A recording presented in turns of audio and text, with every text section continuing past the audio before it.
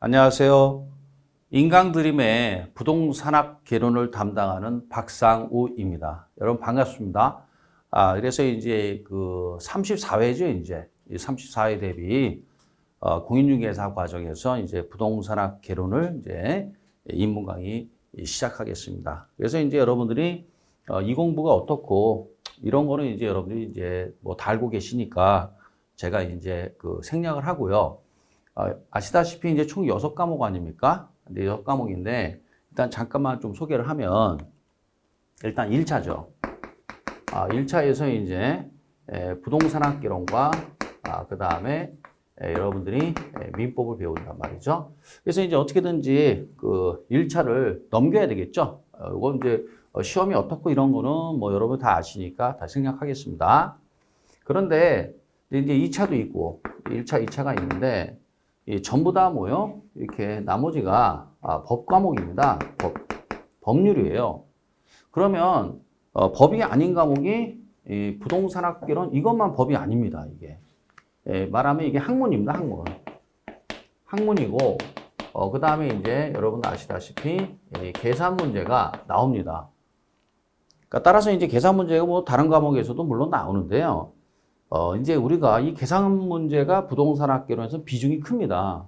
왜 그러냐면 40문제 중에서 계산 문제가 매년 10문제씩 나오고 있습니다. 그러니까 10문제 중에서 3, 4문제는 풀어야 됩니다. 이게 현실적으로. 이제 이런 문제가 있고 학문이고 이런 문제가 있어요. 그래서 이제 다른 과목 공부하듯이 뒤에 가서 또 이야기하겠지만 이렇게 뭐 단순 암기 이러시면 안 되는 겁니다. 이거. 그래서 이제 여기서 보면 뭐냐면 단순 암기한단 말이에요. 쉽게 말하면 문장을 통으로 외워버린단 말이죠. 물론 그게 이제 2차에서는 그게 필요합니다. 이제 아무래도 2차는 이제 절차법이니까 뭐 당연히 이제 외우셔야 되겠죠. 그렇지만은 부동산학 개론은 물론 암기도 필요하지만요. 일단 받쳐줘야 되는 게 뭐냐면 이게 아닙니다. 이거 아니고 뭐가 돼야 되냐면 이 이해가 먼저입니다. 어느 정도 이해를 하셔야 돼요, 이게. 그 다음에 암기를 하셔야 돼요. 왜 그러냐면, 이제 여러분 시험 보신 분들은 아시겠지만, 이제 그 문장 자체가 똑같이 나오지 않습니다. 문장을 바꿉니다, 이렇게.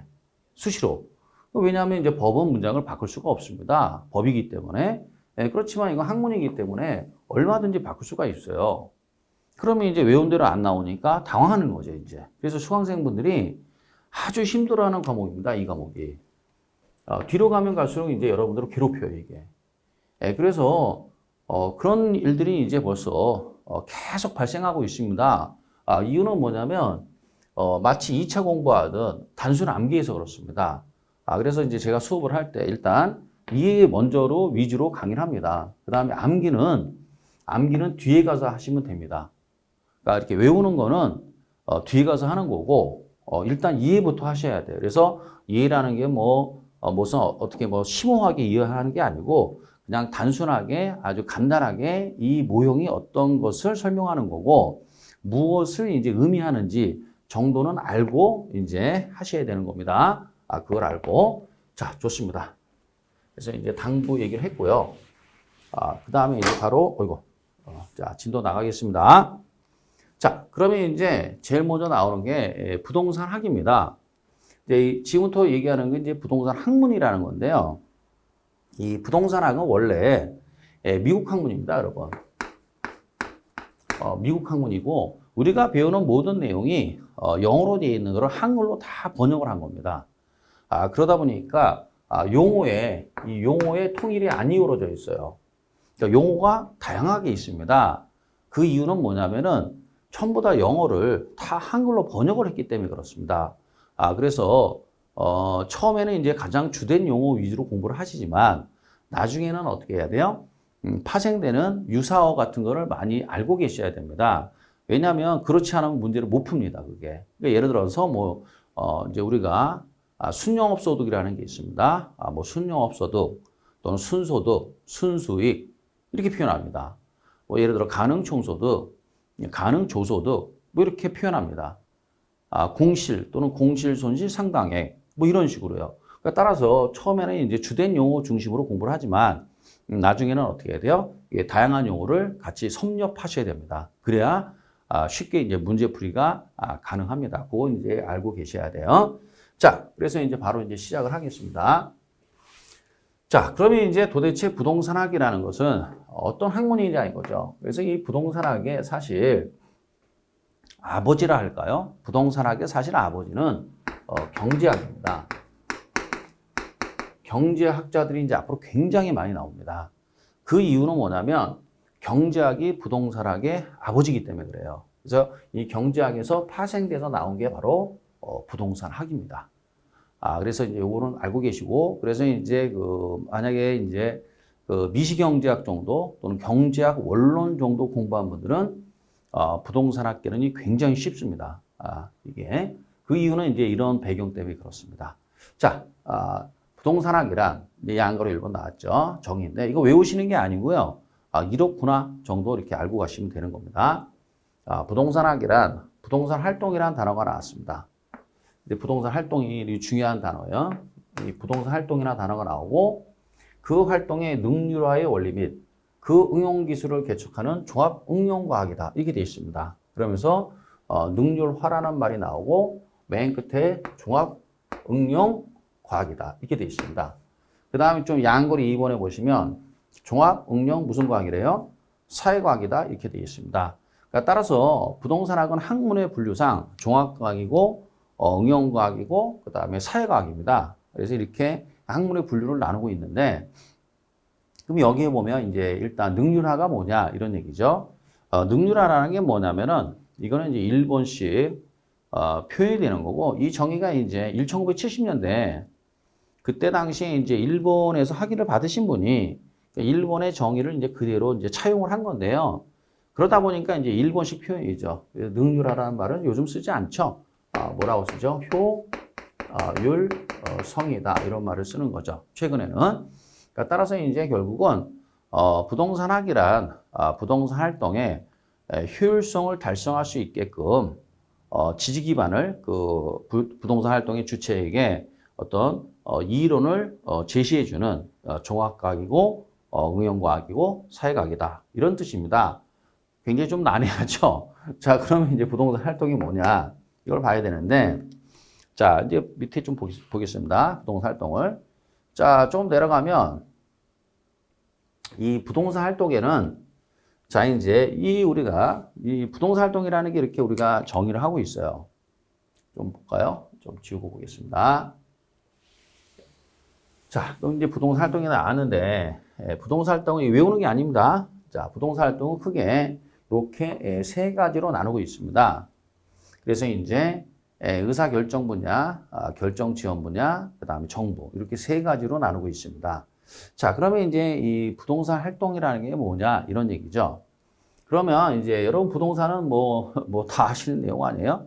뭐 여러분 뭐 아파트 또는 상가, 점포, 공장 이런 걸 부동산이라 하는 거죠. 그러면 이제 이쪽에 와서 부동산 활동은 이 부동산을 이제 하나의 대상으로 삼는 거예요. 마치 뭐 주식이나 주식, 채권, 또는 뭐 기타 등등의 어떤 투자할 수 있는 대상들이 있죠. 그 대상들이 있는데 우리는 주식이나 채권이 아니라 어디에 국한된 거예요? 부동산이라는 상품에 국한된 거예요. 이거를 통해서 이제 뭐 여러분들 뭐 방금 설명한 아파트나 점포나 뭐 이거 생각하시기 바랍니다. 그럼 이 부동산을 토대로 해서 여기에 많은 시장 참여자가 있어요. 이 시장 참여자들이 전부 다 쉽게 말하면 부동산 때문에 먹고 사는 겁니다. 부동산 때문에 먹고 살아요. 그거를 뭐래요? 직업으로 삼는 사람들이에요. 그러니까 따라서 여기서 말하는 시장 참여자라는 것은 부동산이라는 상품을 가지고 그것을 직업으로 삼고 먹고 사는 사람들이죠. 그럼 이제 이야기 한번 해봅시다. 그러면은 이거 갖고 먹고 사는 사람들을 우리가 이제 부동산 활동이라는데 한번 예를 들어 이런 얘기예요. 우리가 매매가 일어난다고 합시다. 아파트 매매. 그럼 매매가 일어나면 일단 매도인이 있고 매수인이 있죠. 그럼 누가 껴요? 부동산 중개업자가 낍니다. 중간에. 그럼 이걸 부동산 중개활동이라고 그래요. 그 다음에 이제 어떻게 등기해야죠. 법무사가 끼고 양도세 내야죠. 세무사가 낍니다. 이사하면 이사업체가 끼는 거고 인테리어 해야죠. 그럼 인테리어 업체가 낍니다. 이렇게 다양한 어떤 전문 직업들이 이 매매라는 그 어떤 경제 행위로 말미암아 먹고 사는 겁니다. 이렇게. 그것들을 우리가 다 통칭해서 뭐라고 그래요? 부동산 활동이다라고 얘기하는 거예요. 쉽게 말하면 부동산이라는 상품 때문에 먹고 사는 사람들입니다. 그러면 결국 부동산 경기가 좋으면 이 사람들이 바쁠 테고요. 부동산 경기가 나쁘면 이 사람들은 어떻게 해야 돼요? 굉장히 힘들겠죠. 그러면 이제 매매가 이루어지지 않는다. 이거 쉽게 말하면 거래인데 이루어지지 않는다. 그럼 어떻게 해야 돼? 이사업체, 인테리어 업체, 도배장판, 법무사, 세무사, 중개업자 전부 다 어떻게 해야 돼요? 힘들죠, 이게. 왜요? 이분들을 전부 다 통칭해서 우리가 부동산 활동이다라고 표현하는 겁니다. 자, 그럼 부동산 활동에 대한 용어의 정의를 내렸어요. 근데 그 수많은 부동산 활동 중에서 부동산학이 연구하는 것은 딱 정해놨습니다. 그래서 이제 여기 지우고요. 딱 정해놨는데 제일 중요한 게 의사결정 분야예요. 이게. 그래서 이제 부동산에 대해서 상품에 대해서 의사결정을 하는 사람들이에요. 그래서 이제 이쪽에 오면은 이제 삼각형을 딱 이루는 건데요. 자, 보겠습니다. 제일 먼저 금융이에요. 쉽게 말하면 부동산은 고가품입니다. 그러면 부동산에 투자하기 위해서 여러분들이 부동산을 어떻게 해야 돼요? 공급을 하기 위해서 당연히 금융이라는 것이 받쳐야 되는 겁니다. 대출을 받아야 된다 이거죠. 만약에 금융이 이루어지지 않으면 어떻게 해야 돼요?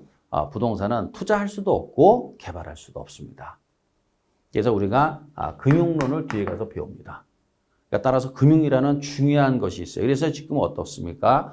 자금의 시장 상황을 보고 있노라면 자, 지금 어떻게 해야 돼요? 금리가 미국 때문에 미국이 이제 기준금리를 계속 올리고 있기 때문에 우리나라도 어쩔 수 없이 이 기준금리가 한국은행이 이제 정하죠.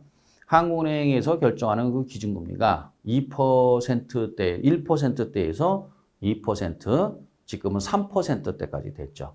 쭉 올라갑니다, 이렇게. 그러면 이제 이 금리가 오르니까 어떻게 해야 돼요? 부동산 투자하는 거, 또 부동산을 개발하고 공급하는 사람들도 이자 부담 때문에 주춤할 수밖에 없습니다. 이게. 그래서 이제 금융이 그만큼 중요하다. 그러면 이제 투자라는 게 또 있습니다. 그래서 이 투자라는 게 부동산에 투자하는 사람들, 이거는 이제 우리가 뒤에 가서 배우겠지만 지분 투자자라고 그래요. 지분 투자자. 그래서 이제 투자론이라고 배웁니다. 이거를. 그래서 지분 투자자. 근데 이분들이 이제 결국 어떻게 해야 돼요? 이제 갭 투자하는 사람들, 이 사람들이 부동산에 투자하는 사람들입니다. 이 사람들이. 그 다음에 이제 부동산을 공급을 해야 되잖아요. 이제 여기서 말하는 공급이라는 게 이제 개발이라는 건데, 부동산을 이제 개발하는 걸 이제 전문 용어로 우리가 시행자라고 하는데요. 여러분들이 이제 입문 강의이기 때문에 여러분들이 이제 주택법이나 또는 정비법 이런 걸 좀 배우셔야 되고, 거기 보면은 시행자 또는 건축주 이런 표현을 씁니다. 쉽게 말하면 건설회사죠. 이 건설회사가 부동산을 개발한다는 건 뭐야?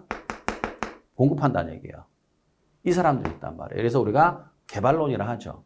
그러면 이제 이 사람들이, 이분들이 부동산을 공급하게 되고 대출을 받아서 공급하면 이 사람들이 대출을 받아서 부동산에 투자하는 겁니다.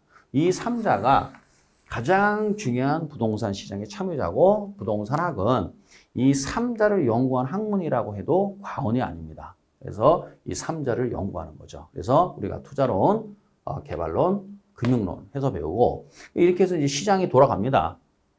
시장이 돌아가는데 여기에 또 엄청난 영향을 주는 게 있어요. 바로 누구냐? 그게 바로 정부라는 겁니다. 정부. 정부의 이 다양한 이 정책들이 어떻게 해야 돼요? 이 시장에 엄청난 영향을 미칩니다. 이 정책들이. 그래서 이제 우리가 정부가 들어오는 거죠, 이게. 그래서 결국 이쪽에 다시 돌아와서 의사결정 분야, 그 다음에 정부. 이게 아주 중요한 부동산학의 연구 대상입니다. 자, 그 다음에 이제 의사결정 지원 분야는 뭐냐면은 이런 겁니다. 이제 이분들이 이제 의사결정, 투자할 거냐, 공급할 거냐, 대출을 실행할 거냐, 이런 의사결정을 내릴 때 이분들을 이제 도와주는 지원하는 겁니다. 지원하는 건데 가장 대표적인 게 뭘까요, 여러분? 바로 부동산 중개죠. 이 부동산 중개업자 중개활동이 뭐야? 이분들을 도와주고 있는 겁니다. 지원을 하는 거죠. 전문적인 지식을 제공해 주는 거죠. 그래서 뭐 투자자가 됐든 이분들이 이제 매수인이 될 테고 이분들이 뭐야? 매도인이 되겠죠. 이분들로부터 중개 수수료를 목적으로 이제 매매, 임대차 이걸 알선하는 거죠. 이게 중개활동, 중개. 그다음에 또 뭐가 있냐면은 이 컨설팅이라는 게 있어요. 컨설팅. 이걸 자문이라 합니다. 그래서 중개업자가 더욱더 지식이 전문 지식이 되면 컨설팅을 하게 되어 있습니다. 그래서 이제 지금은 이 중개업자들도 경쟁이 치열하기 때문에 단순히 임대차나 매매를 알선한다. 그러면 곤란합니다. 경쟁이 치열해서 힘듭니다. 그래서 뭘 해줘야 돼요? 이 컨설팅 자문 역할도 해줘야 되는 겁니다. 그래서 이것도 하나의 뭐야? 의사결정 지원 분야가 되는 거죠. 그 다음에 또 뭐가 있냐면 관리가 있어요. 부동산 관리. 그래서 이제 관리가 뭐냐면 이런 얘기죠. 보통 지방에 있는 이런 건물들은 대부분 뭐 반드시는 아니지만 소유자가 이제 서울 사람이 많습니다.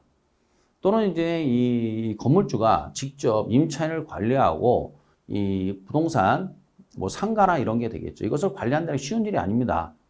그렇기 때문에 전문 관리업자가 있습니다. 이걸 관리라 해요. 자, 그 다음에 또 뭐가 있느냐? 감정평가라고 있죠. 그래서 이제 우리가 특히 이제 감정평가가 언제 많이 필요하냐면은 이 대출을 실행할 때 은행이 시세를 가지고 담보로 잡는 게 아니라 감정평가를 합니다. 그걸 우리가 담보평가라고 배우는데 이분들의 도움이 필요한 겁니다. 그럼 이분들은 어떻게 돼요? 이거를 지원 분야다 이렇게 얘기해요. 그러면 이제 부동산학에서 말하는 부동산 활동이라는 건 막연한 걸 얘기하는 게 아니라 딱 요거를 얘기하는 거예요. 이렇게 요것만 연구하는 거예요. 요게 이제 우리 시험범위입니다. 이게 부동산 활동이고 이 부동산 활동이 효율성을 달성할 수 있도록 각각의 이 시장 참여자에게 합리적인 의사결정을 내릴 수 있도록 이론, 원리, 모형 이런 것들을 제공하는 학문이 바로 부동산학이다. 이렇게 알고 계시면 되겠습니다. 그래서 우리가 뭐 배우냐?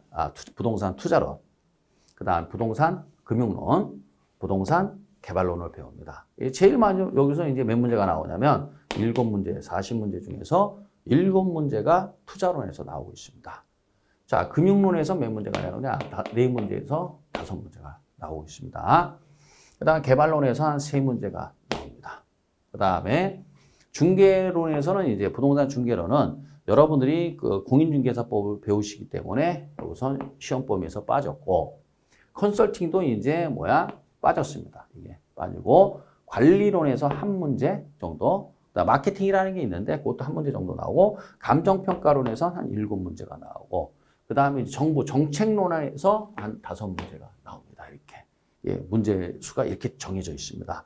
그래서 이제 앞으로 우리가 다시 부동산 투자론, 부동산 개발론, 부동산 금융론, 부동산 정책론, 관리론, 감정평가론 이렇게 해서 순차적으로 이제 배워 나가는 겁니다.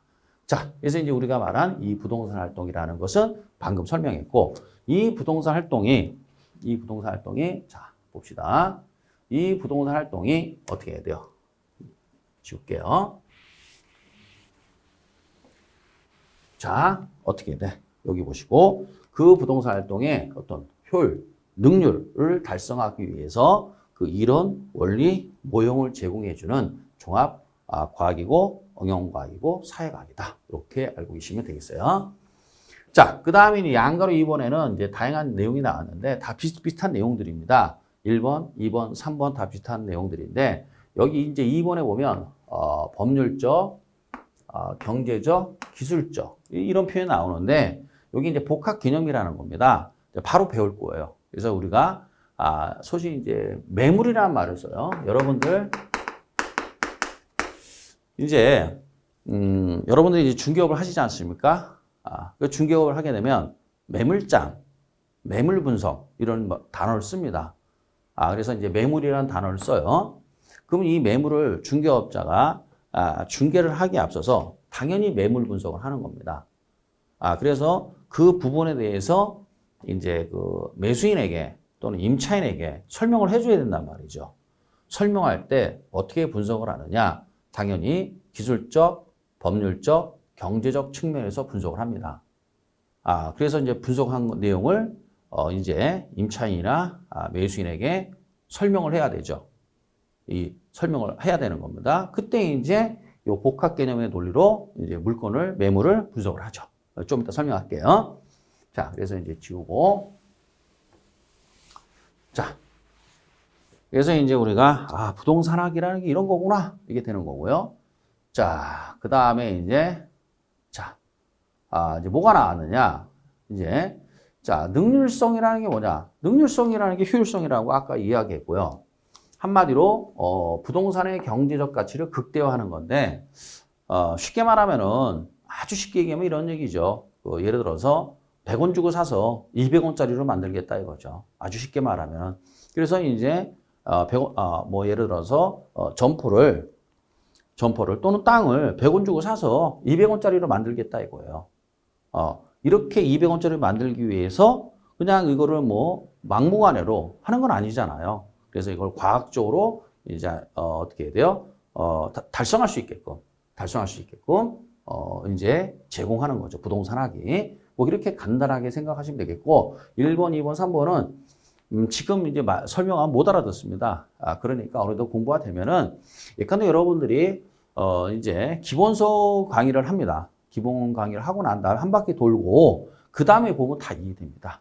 그러니까, 차후에 보셔도 되는 내용이에요.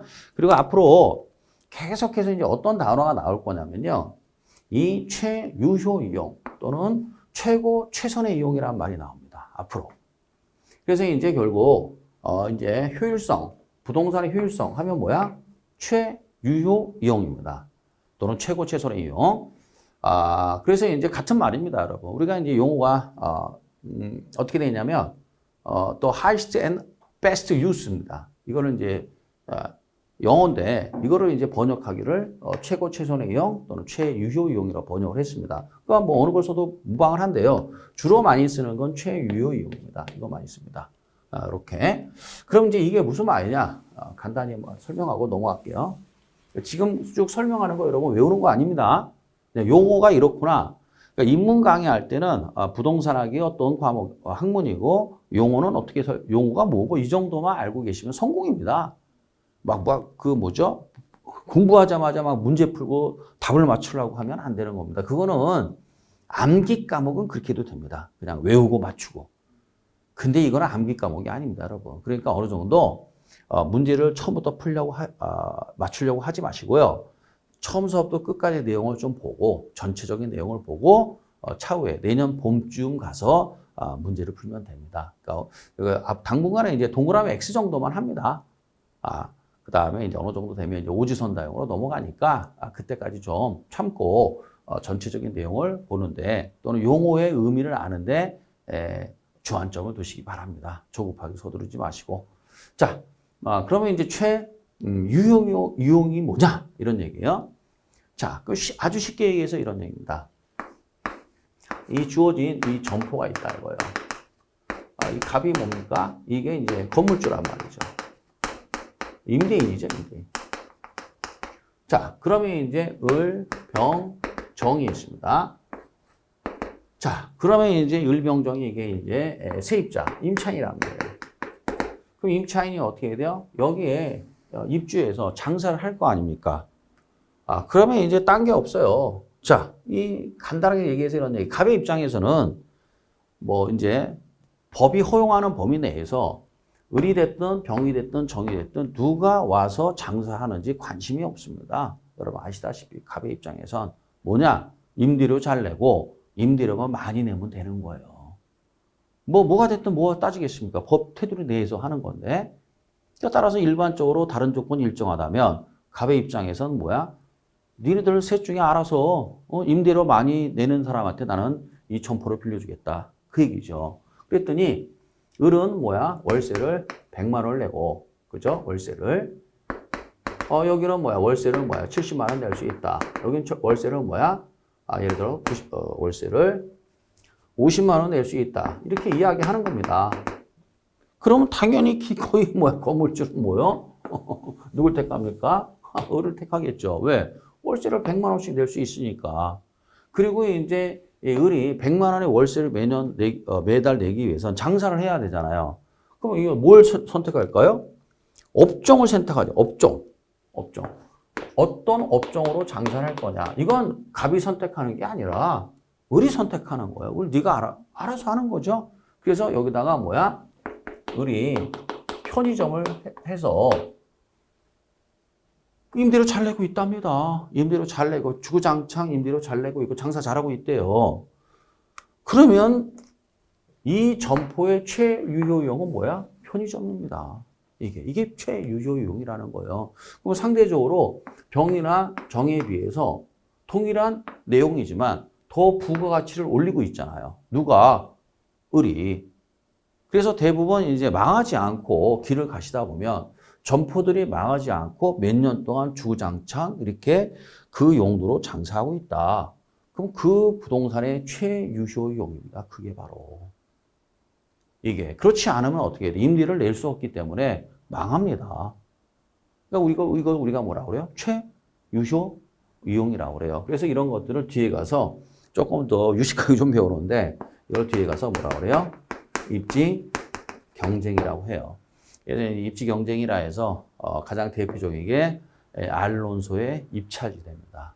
이 알론소의 입찰지대가 우리 시험에 잘 나와요. 그래서 이거를 설명하는 게 알론소의 입찰지대입니다. 그래서 이 토지 이용자 중에서 가장 높은 지대를 지불할 수 있는 자에게 이 건물 또는 땅이 할당되는 거고 이 자에 의해서 어떻게 돼요?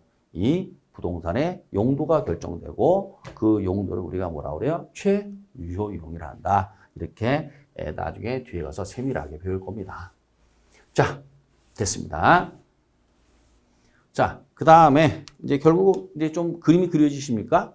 따라서 결국 이 부동산학이라는 것은 이 부동산 투자자가 또는 부동산 개발업자가 최유효이용 또는 이 부동산을 통해서 부가가치를 극대화시킬 수 있도록 어떤 모형, 이론 이런 것들 제공해 주는 학문입니다. 그래서 이제 응용과학이고 사회과학인데 내용이 이렇습니다. 자, 그 다음에 이제 좀 내려가서 자, 이제 뜬금없이 이제 뭐가 나오느냐? 이제 토지의 용어가 나옵니다. 왜 토지의 용어가 나오냐? 뜬금없이 그게 아니고 다 이유가 있는 겁니다. 이 부동산이라는 상품은 이 가장 기본이 되는 게 뭐냐면 부동산 상품은 가장 기본이 되는 게 바로 뭐야? 토지입니다. 이 토지라는 게 있어야만이 건물이 존재하는 겁니다. 그러니까 토지가 존재하지 않으면 건물이 존재할 수가 없습니다, 여러분. 그러니까 가장 부동산의 기본이 뭐야? 토지가 되는 겁니다. 그래서 이제 토지의 용어를 우리가 이제 배우는 건데 이제 여기서 배우는 게 부동산 활동상의 분류다. 이렇게 배울 겁니다. 그러니까 부동산 활동상의 분류라는 건 감정 평가 활동입니다. 주로. 이게 우리가 부동산을 감정 평가할 때 그 용어가 있습니다. 그 용어들을 우리가 이제 쭉 배우는 겁니다. 이렇게. 지금부터 배우는 거는. 근데 이제 여러분들이 또 뭐를 배우느냐? 지목이라는 걸 배웁니다. 지목. 지목은 이제 여러분들이 어디서 배우냐면 공시법 시간에 배울 겁니다. 공시법 시간에. 그래서 그 시간에 배우셔야 돼요. 지목이라는 걸. 이것도 뭐야? 토지의 용어입니다. 근데 이거는 이제 여러분들 공시법 시간에 배우시면 돼요. 뭐 대, 전, 그 다음에 탑, 뭐 이런 거 배운단 말이죠. 공장, 용지, 뭐 이런 거 배우는데 이거는 그 시간에 배우시면 되겠고, 그 다음에 또 뭐가 있냐면 토지의 용도 지역이라는 게 있습니다. 예를 들어서 이제 1종 일반 주거 지역이냐, 2종이냐, 3종 일반 주거 지역이냐. 이것도 다 뭐야? 토지 용어입니다. 이건 여러분들이 어디서 배우냐면 공법 시간에, 국토계획법 시간에 배우시는 거고, 요거는 이제 공시법 시간에 배우는 거예요. 이런 것들 다 두루두루 알아야 됩니다. 이런 걸 모르면 어떻게 해야 돼요? 우리가 이제 앞으로 공부를 하는데요. 공부. 지적 공부, 공부란 말을 써요. 공부가 이제 공부한다는 게 아니라 공적인 장부 얘기하는 겁니다. 뭐 예를 들어 등기부, 토지대장, 건축물대장 이런 거 얘기하는 건데 이걸 공부를 합니다. 공적인 장부. 이거를 이제 헤아리기 위해서는 여기 있는 이 용어들을 다 알아야 되는 겁니다. 그래서 여러분들이 이제 2차 시간에 뭐 열심히 배우시고 자 어찌됐건 간에 우리는 오늘 뭐 위주로 공부하는 거예요? 토지의 용어를 요 감정평가상의 분류 또는 감정평가상이라는 관점에서 이제 요 토지의 용어를 하나하나 이제 우리가 부여하는 겁니다. 이제 이 헤아려야죠, 이거를. 이걸 모르면 곤란합니다. 그죠? 근데 결국 토지의 용어를 배운다는 건 영어 배울 때 A, B, C, D 배운다는 거 생각하시면 돼요. 자, 그래서 이제 토지 용어인데 여기 보면 자, 여기 이제 용도 지역이 나오는데요. 이 용도 지역은 뭐냐면 이제 그 용도 지역이 두 개가 있어요. 국토계획법에 의해서 도시군관리계획에 의한 용도 지역, 도관 농자 이렇게 도시지역 관리지역, 그 다음에 농림지역, 자연환경 보전지역 이렇게 배우는데 그거는 이제 용도지역, 그 공법상의 용도지역이고 여기서 말하는 용도지역은 이제 감정평가상의 용도지역이에요. 이거는 감정평가상의 용도지역이다. 우리 딱 세 개가 있어요. 택지지역이라는 말을 써요. 택지지역이라는 게 뭐냐? 주상공으로 이용하는 지역, 주상공으로 이용하는 지역을 우리가 택지지역이라 하고 농지지역은 뭐야? 전답과. 전답과, 과수원. 전답과로 쓰고 있으면 농지지역이라 하고, 용재림 신탄림으로 쓰고 있으면 임지지역이라고 그래요. 근데 용재림이 뭐고, 신탄림이 뭐냐? 모르셔도 됩니다. 시험에 안 납니다. 그냥, 있냐? 그러시면 됩니다. 용재림, 신탄림. 이걸 임지지역이라고 해요. 자, 그러면 이제 우리가 이렇게 용어를 부여합니다. 그러면 이제 하나하나 볼까요? 자, 그럼 이제 택지란 말이 나와요. 택지. 택지란 말이 나오는데, 자, 보세요. 택지란 말이 딱 나오면 우리가 배웠죠. 택지 지역의 택지. 그럼 뭐가 나와요? 주상공이죠.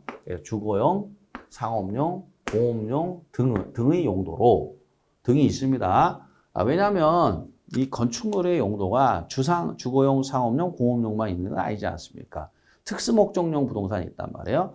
그렇죠? 예를 들어서 뭐 병원, 교회 뭐 이런 게 있지 않습니까? 공공시설 이런 거. 그래서 이제 등의 용도로 이용되고 있거나 이용 목적으로 조성된 토지를 우리가 택지라 합니다. 쉽게 말하면 건축이 가능한 토지라는 얘기예요. 그래서 우리나라에 있는 모든 토지가 어떻게 건축이 가능한 건 아니에요. 여러분 전답에 또는 임야에 어떻게 건축을 할 수 있겠습니까? 그건 안 됩니다. 건축 허가가 안 납니다, 여러분. 그럼 건축 허가가 나기 위해서는 어떻게 해야 돼요? 이 택지이어야 합니다. 그래서 택지이어야만이 건축 허가가 나옵니다. 건축 허가가 나올 수 있다라는 건 그 토지는 어떻게 해야 돼요? 한마디로 얘기해서 그 전기 상하수도가 이제 설치가 됐다는 겁니다. 그래서 이 건축한다 하면 일단 땅에 뭐가 있어야 돼요? 무조건 도로가 있어야 됩니다. 도로가 없으면 어떻게 해야 돼요? 건축이 안 됩니다. 그 다음에 도로가 있고 전기, 상하수도 이게 들어와야 되는 겁니다. 이게 가장 기본입니다. 전기, 상하수도 그 다음에 뭐 예를 들어 도시가스 이런 거 기본이라 기본 이런 게 그러니까 이런 것들이 제일 중요한 건 뭡니까? 압도적으로 도로입니다. 이게 도로. 그러니까 도로가 안 돼 있으면 이건 의미가 없습니다. 그러니까 따라서 이런 것들을 우리가 뭐라 하느냐 공법 시간에 여러분들이 기반 시설이라고 해요. 기반 시설이 제일 중요한 게 뭐야? 도로입니다. 그러니까 기반 시설 갖춘 땅이란 말이에요. 이런 땅만 건축을 할 수 있는 거예요. 이런 땅을 우리가 뭐라 그래요? 택지라 하는 겁니다. 건축 가능하구나. 그래서 이제 여기 보면 이용되고 있거나 이용 목적으로 조성된 토지. 그래서 택지로 주상공 등으로 건축물이 건축되어 있거나 앞으로 건축할 수 있는 땅들을 우리가 뭐라고 그래요? 택지라고 이야기하는 겁니다. 그래서 이제 우리가 주로 토지하면 주로 택지입니다. 택지는 외에는 우리가 별로 관심이 없죠. 자, 그 다음에 이제 뭐가 나오냐? 이제 부지라는 게 있어요. 부지라는 게 뭐냐? 이런 얘기죠. 부자가 뭐냐면 펼칠 부자에 땅지자예요. 그래서 결국 뭐야? 중요한 말이 바닥토지입니다. 밑줄 좀 보세요. 요 바닥 토지를 뭐라고 그래요? 부지라고 그래요. 그러니까 따라서 부지라는 건 일정한 용도로 제공되고 있는 바닥 토지입니다. 일정한 용도로 제공되고 있는 바닥 토지를 우리가 뭐라고 그래요? 부지라고 그래요. 그래서 그 보면은 이제 건축 가능한 토지와 건축 불가능한 토지를 모두 포함한다. 이게 무슨 뜻이냐 이런 얘기예요.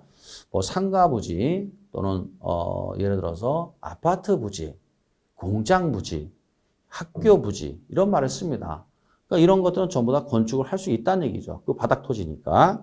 근데 하천 부지, 도로 부지 이런 말을 쓰죠. 이런 것들은 어떻게 해야 돼요? 도로 부지에다가 어떻게 하천 부지에다가 건축을 할 수 있는 건 아니지 않습니까? 그래서 이런 거는 건축 불가능한 토지다. 이렇게 표현하는 거죠. 그래서 어떤 용도로 제공되고 있는 그 바닥 토지를 우리가 뭐라고 그래요? 부지라고 합니다. 부지. 자, 됐고요. 그다음 후보지 이행지는 조금 이따가 합시다. 이거 좀 이따가. 자, 그 다음에 이제 뭐가 나오냐면 필지와 획지예요. 필지와 획지. 맹지부터 먼저 합시다. 이게 낫겠다. 7번에 보면 맹지가 나오죠. 이 맹자가 무슨 맹자냐면 우리 맹지라는 말 많이 쓰죠. 맹자가 맹인. 할 때 맹자입니다. 장림할 때. 지자가 뭐야? 땅지자. 그러니까 땅이 눈이 멀었다. 한마디로 이게 무슨 말이냐?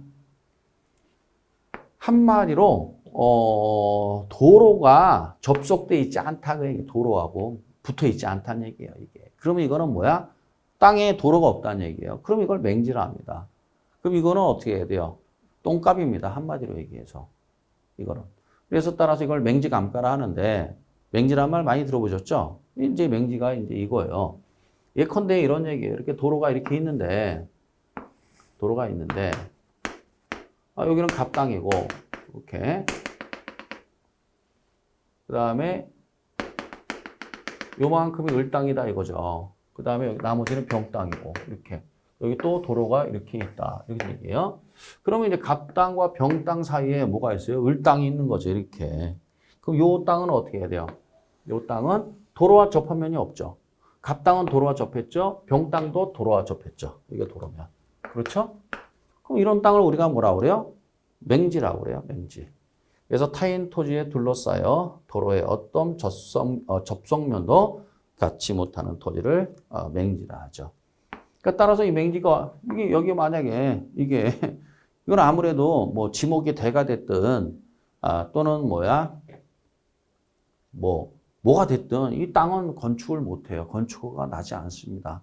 그래서 여러분들이 뭐 지역권도 배우고 그다음에 이 기타 등등 배우는데 하여간 이런 땅들은 우리는 맹지를 하고 무의미한 땅이죠, 이게. 이렇게 되는 겁니다. 자, 맹지. 도로가 그만큼 중요하다, 중요하지 않다. 아주 중요합니다. 그래서 이제 우리가 이 토지에 대한 분석을 할 때는 접속면의 도로가 어떠냐. 그 다음에 얼마나 접했느냐. 도로와의 관계가 굉장히 중요한 거. 땅값에 엄청난 영향을 미칩니다. 이 도로라는 게. 자, 그 다음에 이제 또 뭐가 하냐면은 필지와 이제 획지인데 필지라는 건 도대체 뭐냐 이거죠. 이제 여러분들이 이 필지가 한마디로 이 지번이 부여된 공부상의 토지의 등록단입니다. 그래서 여러분들이 이제 지번이라는 걸 어디서 배우냐면 여러분들이 공시법 시간에 배우셔야 돼요. 이게 근거법규는 공간정보의 구축 및 관리 등에 관한 법률이라는 게 있습니다. 이게 공간정보법이라거든요. 그래서 공간정보법 약칭. 이 공간정보법에 의해서 여러분들이 뭘 배우냐? 지번을 배워요. 한 필지라는 걸 배워요. 그래서 이제 법정 단위입니다. 그래서 이제 몇 필지 이런 표현을 써요. 그건 그 시간에 이제 야무지게 배우시고 그래서 우리가 지번이라는 게 중요한 거예요. 이게. 그래서 지번을 모르면 우리가 토지 또는 부동산의 분석이 불가능합니다. 그래서 이제 두 가지가 있죠. 하나는 뭐냐면 도로명 주소가 있죠. 도로명 주소가 있고 하나는 지번식 주소가 있는 거죠. 여러분은 내비게이션 볼 때 두 개의 주소가 있죠. 하나는 도로명이냐 지번식이냐. 이 지번을 얘기하는 거예요. 우리한테 중요한 건 도로명보다는 지번이 더 중요한 겁니다. 땅지자의 번호번자, 땅의 번호. 그러니까 사람은 주민등록 번호가 있잖아요. 주민등록 번호. 땅은 뭐가 있어요? 모든 땅은 지번이 있습니다. 그래서 이게 우리가 법정 단위입니다. 그래서 자세한 거는 여러분들이 이 공시법 시간에 또는 요 공간정보법 배울 때 잘 배우시기 바랍니다. 자, 그 다음에 이제 뭐가 있느냐? 획지라는 게 있단 말이에요. 그 획지라는 건 뭐냐? 읽어드릴게요. 이 획자가 글 획자의 땅지자요. 다른 토지와 구별되는 것으로, 자, 뭐예요? 여기 키워드가 이거예요. 가격 수준이 비슷한 일단의 토지예요. 가격이 비슷한 일단의 토지다. 이런 얘기예요. 자, 그럼 좀 설명을 좀 드릴게요. 자, 이제 도로가 이렇게 있다 합시다. 도로가 여기 한 필지예요. 여기가 이제 예를 들어서 여기가 뭐 서초동, 강남구 서초동 지번 100 딱이 됩니다. 그럼 이거는 어떻게 해야 돼요? 이 한 필지가 되는 겁니다. 하나의 지번이 부여된 요 땅을 뭐라고 그래요? 한 필지라고 그래요. 그러면 이제 여기 공부, 뭐 예를 들어 지번을 아니까 등기부를 열람하게 되면 이 토지 소유자가 나옵니다. 다 확인할 수 있습니다. 등기부 보고 그랬더니 소유자는 뭐야? 갑이다. 이렇게 우리가 확인할 수 있겠죠. 그런데 이제 현황이라고 그래요. 요건 이제 필지에 대한 내용이고, 자, 그러면 현황이라는 게 뭐냐? 현황. 현재 이용상을 현황이라 합니다. 현황을 보는 겁니다. 이제 임장활동이라 하죠.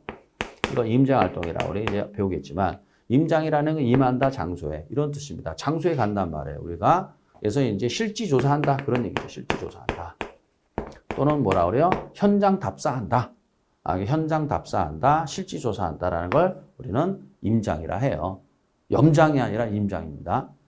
그래서 이제 임장을 나옵니다. 나가서 현황을 보니까 용어는 이제 하나하나 배우는 겁니다. 이렇게. 그러니까 여러분들이 이제 이 공부도 하시고 궁극적으로는 중개업자, 부동산 중개업자가 되셔야 될 분들이니까 당연히 중개업자들이 쓰는 용어들을 배우셔야죠.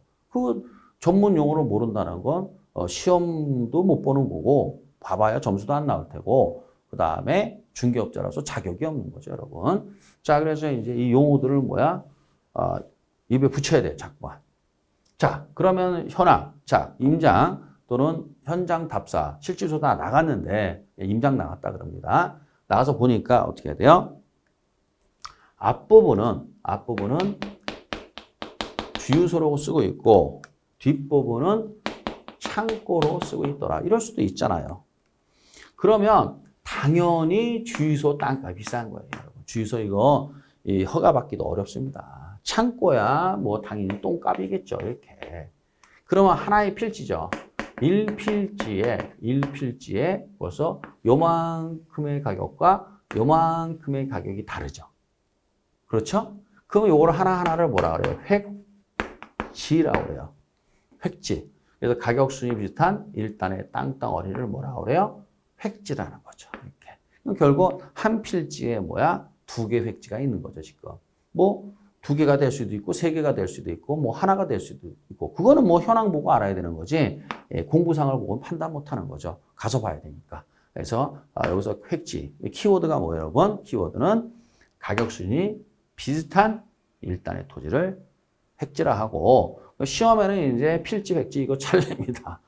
이거 잘 내는데, 그냥 구별 잘 하시기 바랍니다. 자, 그 다음에 이제 뭐가 있느냐. 낮이라는 게 있는데요. 자, 이 낮이라는 건 뭐냐. 여러분들 이 용어들이 이렇게 나오는데, 여기 보면 정착물로 됐고, 지상권 등 토지의 사용 수익을 제한하는 사법상의 권리. 이 나온다. 이게 무슨 말이냐, 이거예요, 이게. 이게 무슨 말이냐. 이건 이제 우리가 이거를 제한물권이라 해서 여러분들이 이제 민법 시간에 배우셔야 돼요. 제한물권이라 해서 이제 용익물권과 그 다음에 담보물권이 있단 말이에요. 근데 이거는 여러분들이 제가 이제 여기서 수업한다는 건 무의미하죠. 그래서 여러분들이 이건 민법 시간에 그냥 편안하게 배우시면 다 이해가 되는 내용이에요. 자, 그 다음에 이제 여러분들이 여기서 요 사법상의 권리를 뭐 하냐면 이제 저당권 정도 생각하시면 돼요. 저당권은 아실 테니까. 자, 그럼 용어가 됐어요. 자, 그 다음에 이제 낮이라는 게 뭐냐면 이 벗을 낮자의 땅지자예요. 낮이라는 용어가 어디 나오냐? 표준지 공시지가 때문에 그렇습니다. 이게 우리가 뒤에 가서 표준지 공시지가를 배우는데 그것 때문에 이제 언급되는 게 낮이에요. 그러면 이건 하나하나 보면 일단 조건은 택지라는 거예요. 따라서 건축이 가능하다는 얘기입니다.